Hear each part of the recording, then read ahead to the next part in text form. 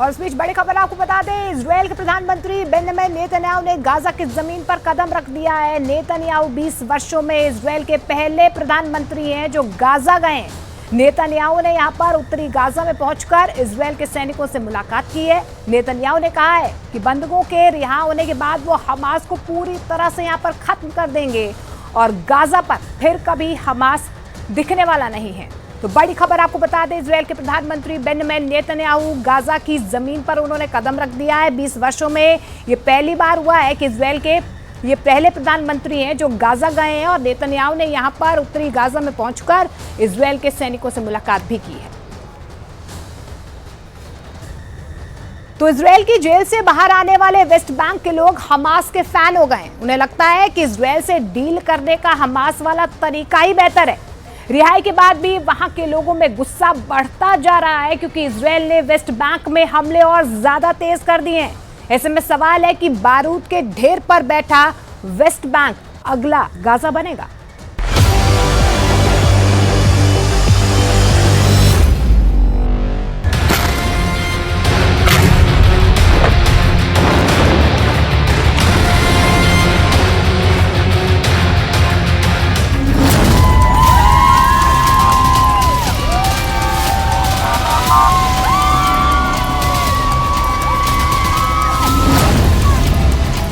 फातिमा अमारी रिहा हुए फिलिस्तीन।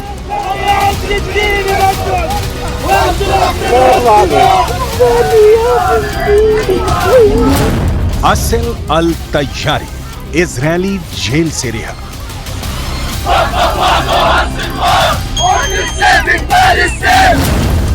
मरा बेकर रिहाई के बाद मां से मिलने की खुशी।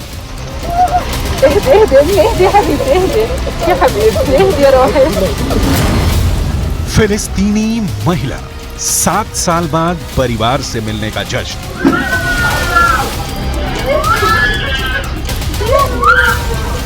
ये तो सिर्फ कुछ नाम है, रिहा हुए फिलिस्तीनियों की फहरिस्त लंबी है। युद्ध विराम के बाद बंधकों की रिहाई का सिलसिला जारी है। हमास इजरायल के बंधकों को रिहा कर रहा है तो बदले में इजरायल को भी फिलिस्तीनी नागरिकों को रिहा करना पड़ा है। वेस्ट बैंक से बंधक बनाए गए फिलिस्तीनियों की जिस तरह से रिहाई हुई है उससे वहां की पब्लिक हमास की फैन हो गई है। वेस्ट बैंक के लोगों को लगने लगा है कि इजरायल से डील करना है तो हमास की तरह लड़ना है। वेस्ट बैंक इस वक्त जश्न के बीच ऐसे बारूद के ढेर पर बैठ चुका है जिसका ट्रिगर कब दबेगा ये इजरायल भी नहीं जानता।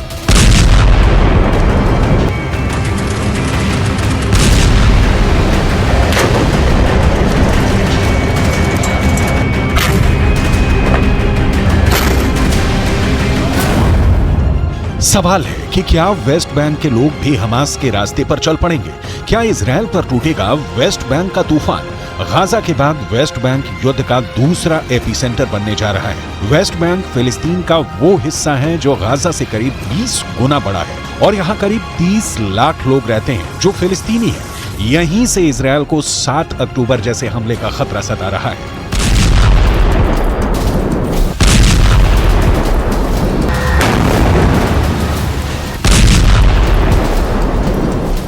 ऐसा इसलिए क्योंकि वेस्ट बैंक के फतह मूवमेंट के नेता समीर अल मशरावी ने बहुत बड़ी बात कह दी है। फिलिस्तीनी मीडिया के मुताबिक फतह मूवमेंट के नेता समीर अल मशरावी ने कहा है कि हमास ने जो किया वो फिलिस्तीन के लोगों के लिए फख्र की बात है और इजरायल से लड़ने के लिए फिर से छापामार युद्ध की शुरुआत जरूरी है। गाजा में इजरायल के गदर के बाद वेस्ट बैंक के लोगों में गुस्सा बहुत है। यहाँ लगातार इजरायल के खिलाफ प्रदर्शन हो रहे हैं। इजरायल वेस्ट बैंक के लोगों की आवाज को दबाने की कोशिश कर रहा है। इजरायल के हमले में अब तक वेस्ट बैंक के 225 से ज्यादा लोगों की मौत हो गई है।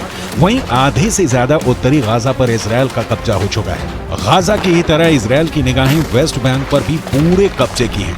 लेकिन इजरायल की मुश्किल ये है कि वो गाजा की तरह वेस्ट बैंक पर हमला नहीं कर सकता। इसकी कई वजह है।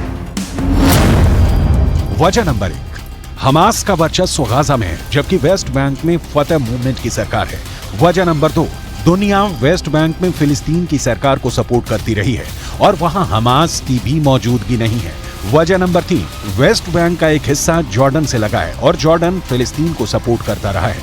ऐसे में वेस्ट बैंक पर अटैक का मतलब है कि जॉर्डन भी उबाल खा सकता है और फिर पूरा पश्चिम एशिया जलने लगेगा।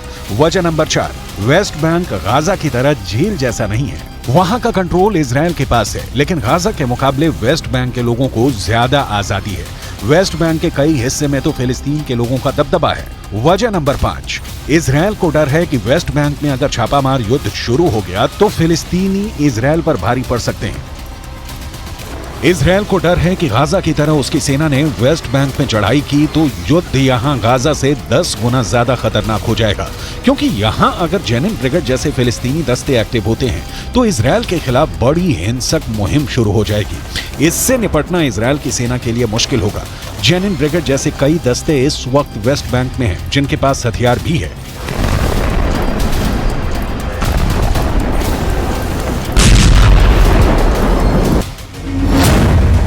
ऐसे ही अलग अलग फिलिस्तीनी चरमपंथी समूह के लड़ाकों के बहुत से गुट हैं। ऐसे हर गुट में सैकड़ों हथियारबंद लड़ाके हैं। स्थानीय इलाके में जब ये ऑपरेट करते हैं, सिर्फ जेनिन ब्रिगेड के बारे में बताएं तो ये इजराइल के खिलाफ बागी गुट का वो हिस्सा है जो जेनिन शहर में एक्टिव है। ये जॉर्डन नदी के पश्चिम तट पर बसा है। इसको इजराइल ने 1967 में 6 दिनों तक चले युद्ध के बाद जॉर्डन से छीन लिया था। वेस्ट बैंक की सिक्योरिटी इजराइल देखता है। इजराइल की सेना यहाँ के लोगों को अपने तरीके से हैंडल करने की कोशिश करती है, जिसकी वजह से यहाँ लोगों में इजराइल की सेना के खिलाफ बहुत गुस्सा है।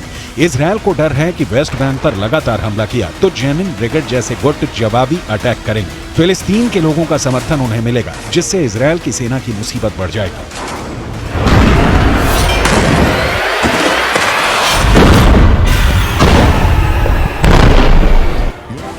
हालांकि इजराइल वेस्ट बैंक में लंबे वक्त से अपने लोगों को बसा रहा है ताकि वो फिलिस्तीनियों को कंट्रोल कर सके और उनके इलाके वेस्ट बैंक और इजराइल के बीच बफर जोन के रूप में भी काम करें। वेस्ट बैंक और पूर्वी यरूशलेम में इजराइल के करीब 7 लाख सेटलर्स रहते हैं। मतलब इजराइल की 10% आबादी वेस्ट बैंक या कहें कि फिलिस्तीन में ही रह रही है। इजराइल ने इन्हें 1967 के युद्ध के बाद से ही बसाना शुरू कर दिया था। इस वक्त आप जो 3 मैप स्क्रीन पर देख रहे हैं, उसमें से पहला मैप वो है जिस पर फिलिस्तीन की हुकूमत चलती है। इस 18% हिस्से पर फिलिस्तीन के लोग रहते हैं, उन्हीं का कंट्रोल है। जबकि ये दूसरा मैप देखिए, इस 22% हिस्से पर फिलिस्तीन और इजराइल के लोगों का साझा कंट्रोल है।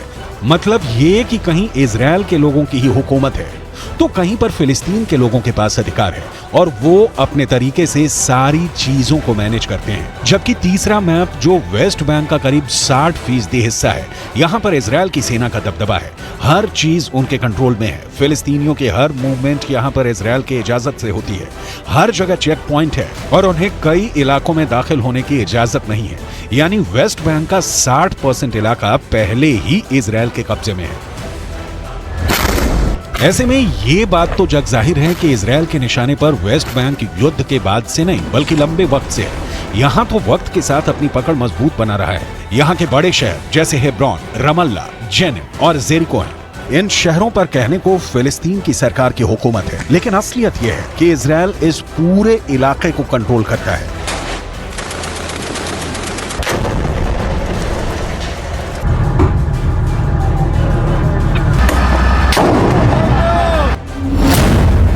एक तरह से देखा जाए तो वेस्ट बैंक और पूर्वी यरूशलेम के करीब 26% हिस्से पर इजराइल अपना हक जताता है और वहां पर सेटलर्स को किसी भी तरह का कंस्ट्रक्शन करने की यानी घर बनाने की पूरी इजाजत है। इजराइल की सरकार इन्हें साल में करीब 40 करोड़ रुपए देती है, जिससे यहाँ रहने वाले लोग फिलिस्तीन के लोगों की हर खबर इजराइल की सरकार तक पहुंचाएं। अगर फिलिस्तीन के लोग किसी तरह का कोई निर्माण का काम कराते हैं तो वो इजराइल की सेना को रिपोर्ट करते हैं और फिर इजराइल के बुलडोजर उस जगह को ढहा देते हैं। फिलिस्तीन के लोगों को काबू में रखने के लिए ड्रोन, इजरायली सेना की गाड़ियां हमेशा इन पर निगाह रखती है। इजराइल के सेटलर्स को सरकार की तरफ से हथियार बांटे जाते हैं, जबकि वेस्ट बैंक के लोगों को हथियार रखने की इजाजत नहीं है। यही वजह है कि सेटलर्स और फिलिस्तीनी लोगों के बीच हिंसा बढ़ रही है। सेटलर्स को मजबूत करने के लिए इजराइल सरकार उनको दी जाने वाली रकम भी 80 करोड़ रुपए तक बढ़ा रही है। गाजा में 7 अक्टूबर को हमास के अटैक के बाद जैसे इजराइल की सेना ने गाजा में युद्ध शुरू किया, वेस्ट बैंक में भी फिलिस्तीनियों पर इजरायली सेटलर्स का हमला बढ़ गया है। 7 अक्टूबर से अब तक फिलिस्तीनियों पर 300 से ज्यादा हमले हो चुके हैं। यही वजह है कि अब रिहा हुए वेस्ट बैंक के लोगों को लगता है कि इजरायल से टक्कर लेने का हमास का तरीका ही सबसे बेहतर है, क्योंकि इसी रास्ते पर चलकर ही इजरायल को घुटनों पर लाया जा सकता है, उसे झुकाया जा सकता है और अपने लोगों को आजाद करवाया जा सकता है।